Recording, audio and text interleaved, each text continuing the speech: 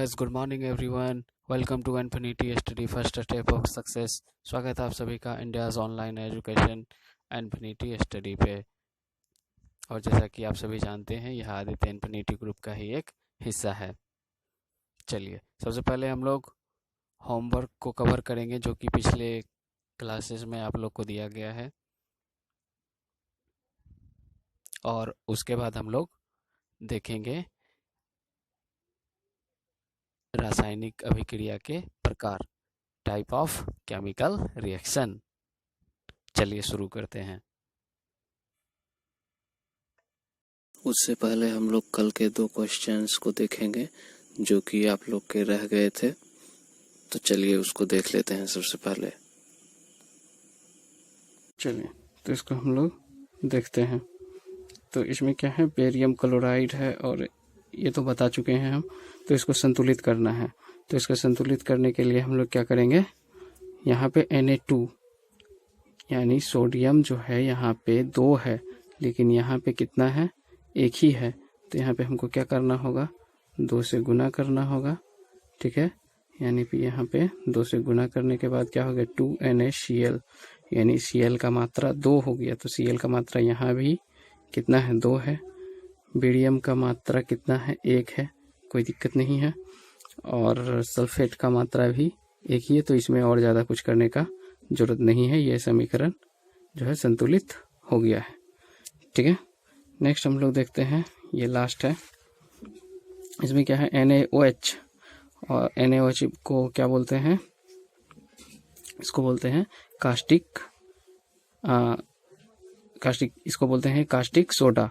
ठीक है, caustic soda बोलते हैं। और KOH को कास्टिक पोटास बोलते हैं। इसको किसके साथ, हाइड्रोक्लोरिक अम्ल के साथ क्या करवाएंगे, जल अपघटन करवाएंगे, यानी हाइड्रोलाइसिस करवाएंगे। तो क्या बनेगा, ये NaCl बनेगा, और ये क्या देगा, जल देगा।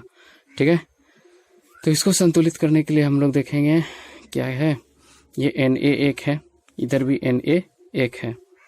ठीक है, और Cl 1 है, यानी यहाँ भी Cl 1 ही है। अब देखो, एक H यहाँ, एक H यहाँ, तो कितना हो गया, H2, और उसके बाद O, यानी H2O कहाँ पे आ गया, ये यहाँ पे आ गया।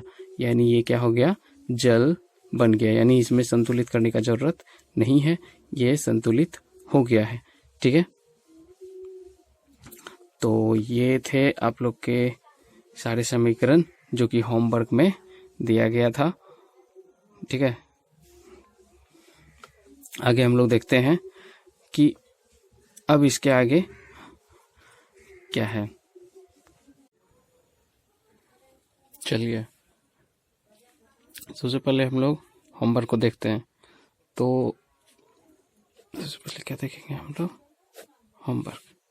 होमवर्क में सबसे पहला क्वेश्चन आपका था कि वह कौन सा यौगिक है जिसका, या फिर X दिया हुआ है, मतलब वह कौन सा ऐसा चीज है जिसका प्रयोग हम लोग क्या करते हैं, किस चीज में करते हैं, घर को पेंट करने में करते हैं। ठीक है, या उसमें लिखा हुआ है सफेदी के रूप में। सफेदी मतलब वही होता है पेंट के रूप में। हालांकि पेंट के रूप में हम लोग क्या करते हैं, CaOH का होल 2 इसका प्रयोग करते हैं। लेकिन ये कब होता है, ये होता है, इसका मेन एलिमेंट कौन सा है, ये है CaO।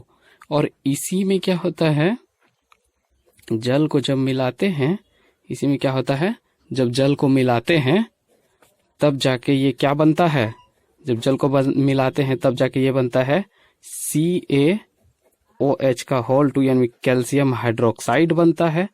ठीक है, जिसका प्रयोग सफेदी के रूप में किया जाता है। और प्लस में क्या देता है, ये उष्मा भी रिलीज करता है। तो ये हम लोग बाद में देख लेंगे। ठीक है, अच्छा एक बात और, जब हम लोग घर को पेंट करते हैं, जब हम लोग घर को सफेदी करते हैं, यानी CaOH का होल 2 जब घर में हम लोग लगाते हैं, ठीक है, तो ये उस समय जो है उतना, यानी ये क्या होता है, उस समय उतना अच्छा नहीं दिखता है, उस समय उतना अच्छा नहीं दिखेगा, उस समय नहीं चमकदार दिखता है। लेकिन ये क्या होता है, कुछ देर के बाद क्या होता है, ये कार्बन डाइऑक्साइड से रिएक्शन करता है, और रिएक्शन करने के बाद यानी अभिक्रिया करता है, और अभिक्रिया करने के बाद ये क्या बनाता है, CaCO3 बनाता है, और प्लस में जल बनाता है, CaCO3 और जल बनाता है। अब हम लोग देख लेते हैं ये समीकरण संतुलित है कि नहीं। एक Ca है, यहाँ पे भी एक Ca है, एक C है यहाँ पे, तो एक C है, O यहाँ पे 2 है, ठीक है, और यहाँ पे 2 है, तो जिसमें से एक यानी 3 यहाँ है, एक यहाँ 4 O है, ठीक है, और H कितना है, H 2 है, तो H यहाँ पे 2 है, यानी समीकरण संतुलित है, ठीक है। तो ये क्या बनाता है, CaCO3, और इसी कारण से जो है क्या होता है, इसी कारण से, इसके कारण से, यानी ये जब बन जाता है तब जाके जो है दीवार चमकने लगता है। उसके बाद क्या होता है, दीवार चमकने लगता है पूरा, ठीक है। और ये CaCO3 का उपयोग जो है, ये अंडे का जो ऊपर का कवर होता है, यानी ये देखिए, ये अंडे का जो उजला वाला पार्ट होता है, यानी खाने वाला पार्ट नहीं, जो वो चूना चूना जैसा दिखता है, वो CaCO3 का ही बना हुआ होता है। और ये संगमरमर का भी फॉर्मूला CaCO3 ही होता है, जो कि कल हम डिस्कस करना भूल गए थे, तो ये आज डिस्कस कर दिए हैं, ठीक है। अब हम लोग नेक्स्ट देखेंगे। तो ये नेक्स्ट का आंसर, यानी नेक्स्ट का आंसर आप लोग का यही हो गया। नेक्स्ट में पूछ रहा है जब, यानी वही जो आप लोग उसमें x दिया हुआ है, यानी जब x को जल के साथ अभिक्रिया करवाते हैं तो क्या होता है। तो x का यहाँ पे मतलब क्या है, CaO, यानी जब CaO को जल के साथ अभिक्रिया करवाते हैं तो क्या बनता है, ये तो हम लोग देख चुके हैं, क्या बनता है, Ca और OH का होल 2 बनता है। ये बनता है प्लस में क्या है, उष्मा बनता है, ठीक है।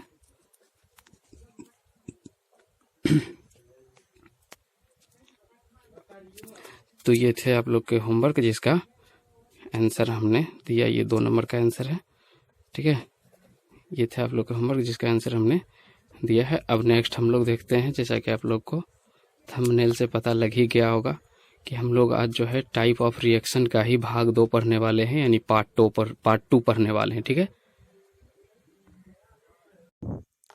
चलिए, ये थे आप लोग के कल के होमवर्क। ये आप लोग के कल के होमवर्क, ये होमवर्क में दिया गया था, ओके, ये होमवर्क में दिया गया था, इसको कि हम लोग डिस्कस कर चुके हैं। नेक्स्ट हम लोग देखते हैं, अब है यहाँ पे, अब यहाँ पे विस्थापन अभिक्रिया, इसके बारे में हम लोग जानेंगे। इसको इंग्लिश में क्या बोलते हैं, इसको इंग्लिश में बोलते हैं सब्स्टिट्यूशन रिएक्शन,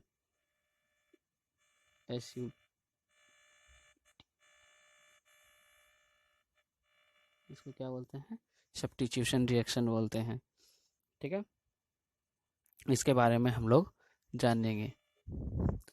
तो प्रतिस्थापन अभिक्रिया में क्या होता है, इसमें आयन प्रतिस्थापित होते हैं, ठीक है, इसमें आयन प्रतिस्थापित होते हैं। जैसे कि इसका एग्जाम्पल हम लोग देखेंगे तो और अच्छे तरीके से आप लोग समझ जाएंगे, ठीक है। इसका एग्जाम्पल ये देखिए, इसको, ये किसका रिएक्शन है, ये है आप लोग का, ये देखिए, यानी यहाँ पे क्या किया गया है, ये रिएक्शन और फिगर दोनों के सहायता से हम समझाने का कोशिश करते हैं। ये देखिए Fe मतलब है एक लोहा का कील लिया गया है, एक नहीं एक्चुअली 2 लिया गया है, ये दोनों लोहा का कील है, ठीक है। ये दोनों का कलर इस तरह का था, सबसे पहले ये देखिए आप लोग को,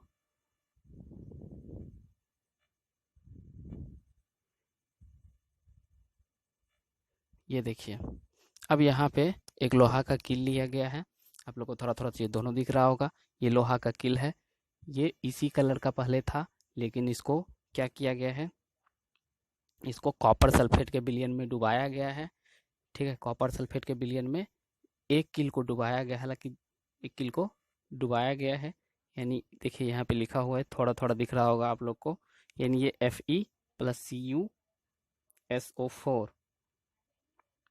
CuSO4 और यहाँ पे ये एरो का निशान है, ये क्या बन गया FeSO4 यानी SO4 जो था यानी सल्फेट जो था वो क्या हो गया आयरन के साथ रिएक्शन कर गया, यानी अभिक्रिया कर लिया आयरन के साथ। किसके साथ? आयरन के साथ। तो ये बन गया क्या? ये बन गया फेरस सल्फेट बन गया और यहाँ पे कॉपर अकेला बच गया।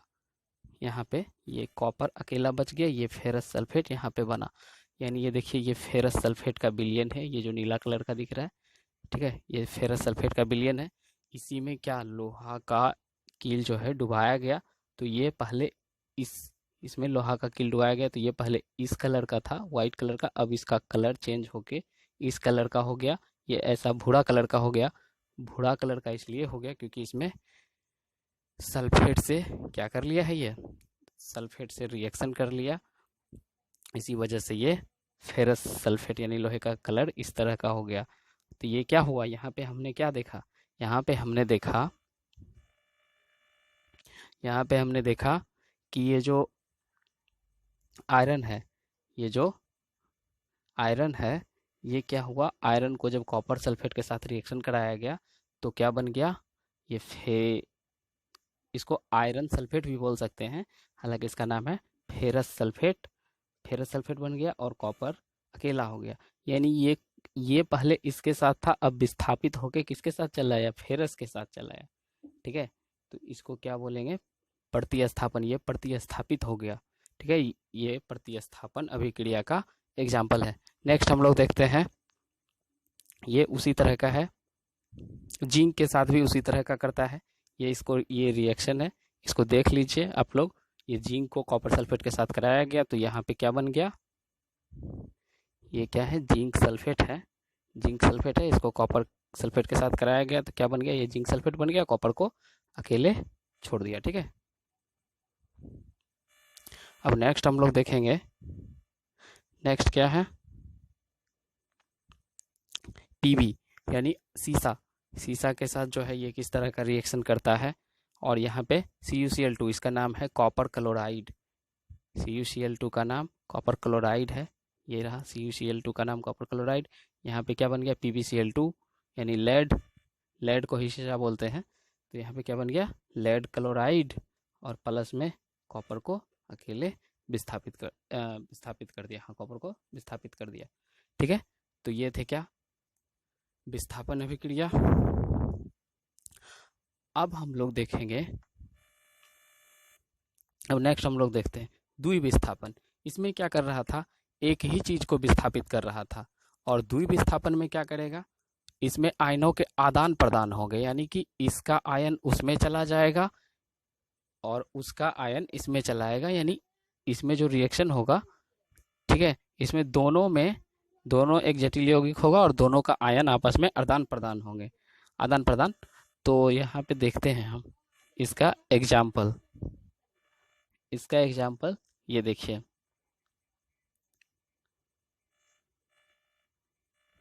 इसका एग्जाम्पल देखिए, Na2SO4, ये देखिए Na2SO4 यानी सोडियम सल्फेट और प्लस में बेरियम क्लोराइड है, ठीक है। तो इसका जो आयन है, यानी ये देखिए SO4 जो रखता है, SO4 का -2 होता है, इसका -2 होता है, और Cl2 का भी -2 होता है। अब यहाँ पे Na2 जो है, ये देखिए, ये सोडियम, ये Na2 और बेरियम सल्फेट, ये आपस में अपना आयन एक्सचेंज करते हैं। एक्सचेंज करने का मतलब है कि आदान प्रदान करते हैं। जैसे कि यहाँ पे बेरियम सल्फेट हो गया यहाँ पे, और ये किसका हो गया, सोडियम क्लोराइड, यानी सोडियम क्लोराइड को क्या बोलते हैं, NaCl, यानी इसको हम बताए थे कि ये नमक का भी फार्मूला होता है, ठीक है। NaCl को क्या बोलते हैं, नमक भी बोलते हैं, ठीक है, यानी 2 मोल नमक का है, या फिर बोल सकते हैं इसको सोडियम क्लोराइड भी बोल सकते हैं। तो यहाँ पे आपस में आयन का आदान प्रदान हुआ, यानी इसका इसका जो आयन था वो इसमें भाग लिया, और इसका जो आयन था, इसके साथ जो आयन था, ठीक है, वो इसके साथ भाग लिया। तो यानी ये दोनों आपस में आयन एक्सचेंज करते हैं, इसको द्विविस्थापन अभिक्रिया बोलते हैं। अब नेक्स्ट हम लोग देखते हैं द्विविस्थापन अभिक्रिया। ये देखिए यहाँ पे लिखा हुआ है, ये अभिक्रिया जिनमें अभिकारकों के बीच आयनों का आदान प्रदान होता है उन्हें द्विविस्थापन अभिक्रिया कहते हैं। अब नेक्स्ट हम लोग देखेंगे उपचयन एवं अपचयन।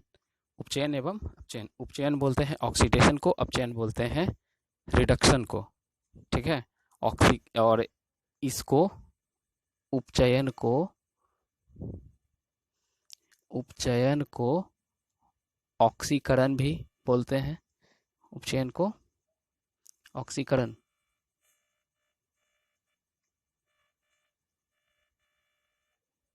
ऑक्सीकरण, और अपचयन को अवकरण, अपचयन को अवकरण, ठीक है। ये भी बोला जाता है कभी कभी उपचयन के जगह ऑक्सीकरण और अपचयन के जगह अवकरण लिख दिया जाता है, तो ये भी आप लोग समझ जाइएगा कि इसी के बारे में बोल रहा है। और इसका इंग्लिश होता है उपचयन का ऑक्सीडेशन, ऑक्सीडेशन, और इसका होता है रिडक्शन। इसका क्या होता है? रिडक्शन, ठीक है। अब हम लोग इसके बारे में देखते हैं कि ये क्या होता है। चलिए इसका एग्जाम्पल से समझने का कोशिश करते हैं। ये देखिए, ये जो है ये उपचयन यानी ऑक्सीकरण का एग्जाम्पल है। इसको ऑक्सीडेशन बोलते हैं। जैसे देखिए यहाँ पे कॉपर था, कॉपर क्या किया? ऑक्सीजन के साथ अभिक्रिया कर गया और इसको हीट दिया गया, इसको हीट भी दिया गया, यानी यहाँ पे तापन। तो ये क्या बन गया? CuO, यानी क्या बन गया? कॉपर ऑक्साइड बन गया। यानी ये क्या हो गया? ये उपचयित हुआ, उपचयित हो गया यानी ऑक्सीकरण हो गया। किसका ऑक्सीकरण हुआ? तो यहाँ पे कॉपर का। किसका ऑक्सीकरण हुआ? कॉपर का। यानी कॉपर ऑक्सीजन के साथ अभिक्रिया किया तो कॉपर का अपचयन हुआ, यानी कॉपर अपचयित हुआ। ये चीज पूछते हैं कि किसका अपचयन हुआ, किसका उपचयन हुआ, ठीक है। इसी वजह से इसको अच्छे से देखिए क्योंकि ये एग्जाम में पूछा जाता है। उसके बाद हम लोग देखेंगे नेक्स्ट, ये देखिए, इसमें आप लोग के उपचयन और अपचयन दोनों क्लियर हो जाएंगे। ये एग्जाम्पल देखिए, CuO और प्लस H2। यहाँ पे देखिए, ये कॉपर में ऑक्सीजन पहले से था, लेकिन यहाँ पे कॉपर से ऑक्सीजन खत्म हुआ, यानी कॉपर से ऑक्सीजन हट गया। जब ऑक्सीजन हटाते हैं तो उसको क्या बोलते हैं? अपचयन या फिर अवकरण। इसको क्या बोलते हैं? जब किसी भी चीज से ऑक्सीजन हटता है तो उसको क्या बोलते हैं? अपचयन या फिर अवकरण। तो यहाँ पे हम लोग देखते हैं कि किसका उपचयन हुआ, किसका अपचयन हुआ। उपचयन मतलब ऑक्सीजन किसमें जुटा, और अपचयन मतलब किससे ऑक्सीजन हटा। तो हम लोग देख रहे हैं इसमें पहले से ऑक्सीजन था लेकिन इससे ऑक्सीजन हट गया, कॉपर ऑक्साइड से ऑक्सीजन हट के कॉपर बन गया, यानी ये कॉपर का क्या हुआ? अपचयन हुआ, कॉपर का अपचयन हुआ, कॉपर का अपचयन हुआ। और यहाँ पे H2 में ऑक्सीजन नहीं था लेकिन यहाँ पे H2O में ऑक्सीजन आ गया, यानी इसका क्या हुआ? उपचयन हुआ, यानी H2 का उपचयन हुआ, ठीक है। तो ये बात आप लोग याद रखिए। इसी तरह का कोई भी रिएक्शन दिया हुआ रहेगा और पूछा जाएगा कि किसका अपचयन हुआ, किसका उपचयन हुआ, ठीक है। इसको हालांकि हम लोग आने वाले क्वेश्चन में भी डिस्कस करेंगे। अब हम लोग देखते हैं नेक्स्ट, उसके बाद क्या है। अच्छा, इसमें इस अभिक्रिया में,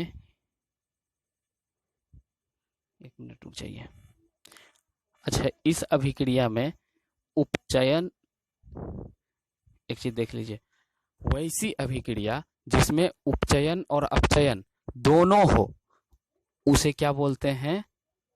रेडॉक्स यानी रेडॉक्स यानी क्या हुआ, रिडक्शन। वैसी अभिक्रिया जिसमें रिडक्शन रिडक्शन और ऑक्सीडेशन, रिडक्शन और ऑक्सीडेशन दोनों हो, उसको क्या बोलते हैं, रिडॉक्स। यानी रेडॉक्स किसे, क्योंकि आधा वर्ड इसका लिया जाता है और आधा वर्ड इसका लिया जाता है, ठीक है। दोनों को मिला के क्या बनाया गया है, रेडॉक्स, REDOX, रेडॉक्स अभिक्रिया इसको बोलते हैं। हिंदी में भी इसको रेडॉक्स ही लिखते हैं, ठीक है, रेडॉक्स अभिक्रिया लिखा जाता है। तो जिसमें दोनों हो उसको रेडॉक्स अभिक्रिया बोलते हैं, और जिसमें सिर्फ, इसमें देखिए इसमें सिर्फ ऑक्सीडेशन हो रहा है तो इसको क्या बोलेंगे, ऑक्सीकरण बोलेंगे या उपचयन बोलेंगे। जिसमें जिसमें क्या होता है, जिसमें ऑक्सीजन हटता है, जिसमें से ऑक्सीजन हटेगा उसको क्या बोलेंगे, उसमें उपचयन बोलेंगे। उसमें क्या बोलेंगे, सॉरी, जिसमें ऑक्सीजन हटता है उसमें क्या बोलेंगे, अपचयन बोलेंगे, अपचयन। यानी इसमें से ऑक्सीजन हटा तो इसको हम लोग क्या बोलेंगे, अपचयन हुआ, और इसमें ऑक्सीजन जुटा तो इसको क्या बोलेंगे, इसको अपचयन हुआ। तो इसीलिए इसमें दोनों हो रहा है, तो इसीलिए इस प्रकार के अभिक्रिया को क्या बोलते हैं, रेडॉक्स अभिक्रिया बोलते हैं। यहाँ पे नेक्स्ट हम लोग देखेंगे, यहाँ पे ये देखिए है हिंदी में रेडॉक्स अभिक्रिया, इसको रेडॉक्स अभिक्रिया ही बोले जाते हैं। यहाँ पे आप लोग को लिखा हुआ होगा। अब यहाँ पे उसका एक और एग्जाम्पल यहाँ देखिए, यहाँ रेडॉक्स अभिक्रिया, ये रहा रेडॉक्स अभिक्रिया इसको कहते हैं। उसका कुछ और एग्जाम्पल, वही एग्जाम्पल है जो कि हमने अभी बताया। यहाँ पे देखिए ये कॉपर और ऑक्सीजन, इसका क्या हुआ, ऑक्सीजन इससे हटा, सिर्फ कॉपर बचा यहाँ पे, तो इसको क्या लिखा है, अब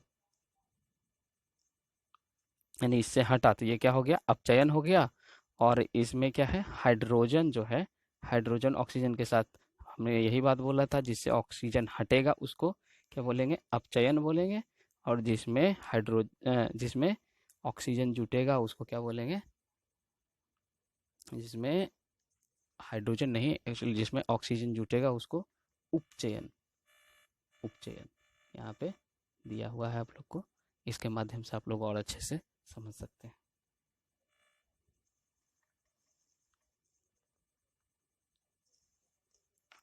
अब यहाँ पे कुछ और एग्जाम्पल है रेडॉक्स अभिक्रिया का। एग्जाम में पूछते हैं कि रेडॉक्स अभिक्रिया के 2 एग्जाम्पल दीजिए, या फिर दिया हुआ रहता है तो पूछते हैं कि ये कौन सी अभिक्रिया का उदाहरण है, तो आप लोग दे सकते हैं। ये देखिए यहाँ पे रेडॉक्स, यानी यहाँ से भी पहले ऑक्सीजन था, यहाँ से ऑक्सीजन हटा, और यहाँ पे सिर्फ पहले C था जिसमें कि ऑक्सीजन आके जुटा, यानी ये उपचयन हुआ इसका, और इसका अपचयन हुआ। उसी तरह इसमें भी है, उसी तरह इसमें भी है। MnO2 पहले से ऑक्सीजन था, यहाँ से ऑक्सीजन हटा, और इसमें ऑक्सीजन नहीं था, इसमें ऑक्सीजन जुटा है, ठीक है, और ये क्लोरीन को अलग कर दिया है। तो ये भी रेडॉक्स का ही एग्जाम्पल है। आगे हम लोग देखेंगे।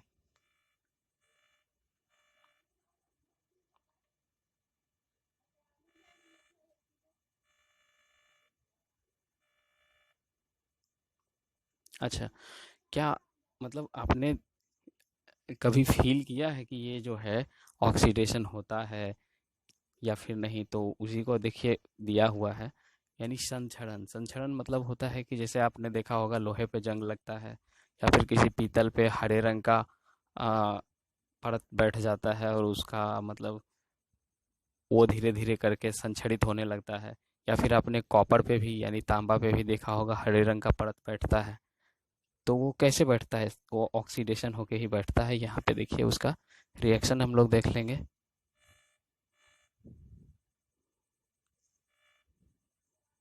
यहाँ पे नहीं दिया हुआ, चलिए हम आपको हाथ से ही लिख के दिखा देते हैं।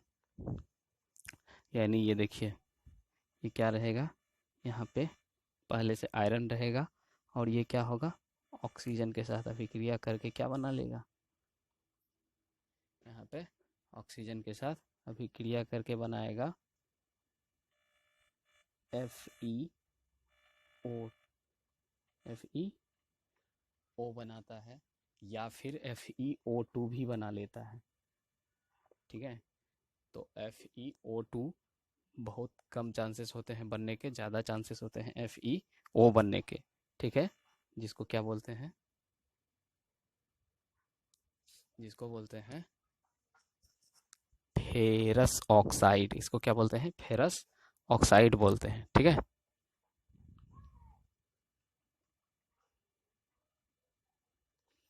इसको संतुलित कर देते हैं। चलिए, या फिर एक भाग इसका Fe2O4 भी बनता है, Fe2O4 यानी 2Fe, यहाँ पे 2 भाग ऑक्सीजन लेगा। ठीक है, यानी ये 2 भाग ऑक्सीजन लेगा। ठीक, नेक्स्ट हम लोग देखेंगे विकृत गंधिता।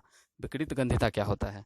ये विकृत गंधिता जो होता है, ये जब कोई, इसका एग्जाम्पल समझिए, जब एग्जाम्पल नहीं, पहले इसको समझिए कि विकृत गंधिता होता क्या है। तो जब कोई तैलीय वस्तु, ठीक है, तैलीय पदार्थ यानी तेल वाला पदार्थ जो होता है, ठीक है, तैलीय पदार्थ यानी ऑयली मटेरियल, ठीक है, ऑयली मटेरियल या फिर फैट मतलब बसा, या फिर बसा युक्त यानी फैट वाला मटेरियल, यानी फैट मटेरियल। यहाँ पे फैट मतलब मोटा वाला फैट नहीं है, ये वसा के लिए फैट है। तो ये फैट मटेरियल जब भी जो है ऑक्सीजन के साथ अभिक्रिया करेगा, किसके साथ? ऑक्सीजन के साथ जब अभिक्रिया करेगा तो इसका स्वाद और गंध दोनों में परिवर्तन आ जाएगा। ठीक है, उसी को हम लोग बोलते हैं विकृत गंधिता, उसी को बोलते हैं विकृत गंधिता। आपने देखा होगा कि जो चिप्स का पैकेट होता है, चिप्स का जो पैकेट होता है उसमें इसी ऑक्सीजन से अभिक्रिया करने से बचाने के लिए चिप्स का पैकेट में नाइट्रोजन गैस भरे जाते हैं। एग्जाम में पूछे जाते हैं कि चिप्स या फिर पैकेट बंद चीज में कौन सी गैस भरी जाती है। ये खाने का ही मटेरियल होता है, चिप्स तो तेलीय पदार्थ होता है क्योंकि उसको तेल में तला जाता है। ठीक है, तो उसको ऑक्सीजन से बचने के लिए उसमें नाइट्रोजन गैस भरे जाते हैं। कौन सा गैस भरे जाते हैं? N2 गैस, उसमें N2 गैस भरे जाते हैं। ठीक है, नाइट्रोजन गैस भरे जाते हैं उसमें। चलिए, आज हम लोग होमवर्क, ये रहा आप लोग का होमवर्क। ठीक है,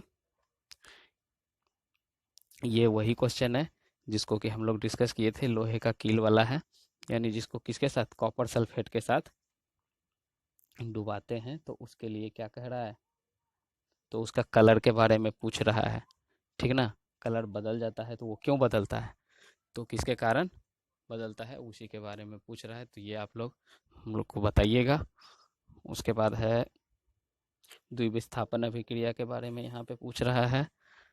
उसके बाद फिर यहाँ पे इसमें पूछ रहा है कि कौन ऑक्सीडेशन हुआ और कौन रिडक्शन हुआ। यहाँ पे भी वही चीज़ पूछ रहा है, किसका ऑक्सीडेशन हुआ, किसका रिडक्शन हुआ, यानी किसका ऑक्सीकरण हुआ, किसका अवकरण हुआ।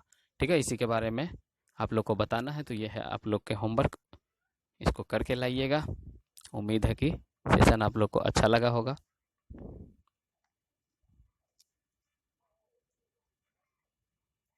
चलिए, तो आगे हम लोग देखते हैं। इसके साथ ही आप लोग का ये चैप्टर यानी केमिकल रिएक्शन एंड इक्वेशन का चैप्टर समाप्त होता है। ठीक है, इसमें और बहुत सारे क्वेश्चंस हैं, इसको करने का कोशिश कीजिएगा। ये देखिए यहाँ पे आप लोग के क्वेश्चंस हैं। ठीक है, ये ऑब्जेक्टिव क्वेश्चन है, इसको करने का कोशिश कीजिएगा।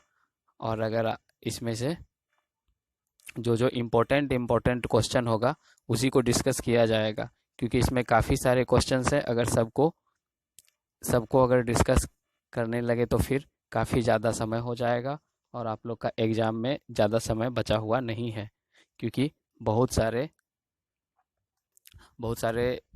बोर्ड्स का तो डमी एडमिट कार्ड भी शो करना स्टार्ट हो गया है। इसी वजह से हम लोग जितनी जल्दी हो सके और अच्छे तरीके से इसका प्रिपरेशन करेंगे, ठीक है। क्योंकि देखिए, मेरा मानना ये है, ज़रूरी नहीं है कि आप लोग पूरे सारे क्वेश्चंस करो, लेकिन ये ज़रूरी है कि आप लोग अच्छे क्वेश्चंस करो जो कि एग्ज़ाम में पूछे जाते हैं, जिससे कि मार्क्स ज़्यादा स्कोर होते हैं और समय जो है बचता है, ठीक है। क्योंकि थ्योरी तो हमने पूरा पढ़ा है, तो इसलिए क्वेश्चन तो सारे के सारे कवर होंगे ही। तो इसके बारे में हम लोग कल डिस्कस करेंगे, ठीक है। मिलते हैं अगर नेक्स्ट वीडियो में, तब तक अच्छी तरीके से एग्ज़ाम की प्रिपरेशन करते रहिए। क्योंकि देखिए, जितना मेहनत आप लोग के साथ हम लोग कर रहे हैं, आप लोग का भी फ़र्ज़ बनता है कि उतना मेहनत आप लोग भी करें। इसका नोट्स बनाते रहिए, ओके, और एग्ज़ाम की प्रिपरेशन अच्छे तरीके से करते रहिए। और अगर आप इस चैनल पर नए हैं तो चैनल को सब्सक्राइब करें, एक दूसरे के साथ शेयर करें, जिससे कि और सारे स्टूडेंट एग्ज़ाम्स की प्रिपरेशन अच्छी तरीके से कर सके। तब तक के लिए जय हिंद, bye, have a nice day.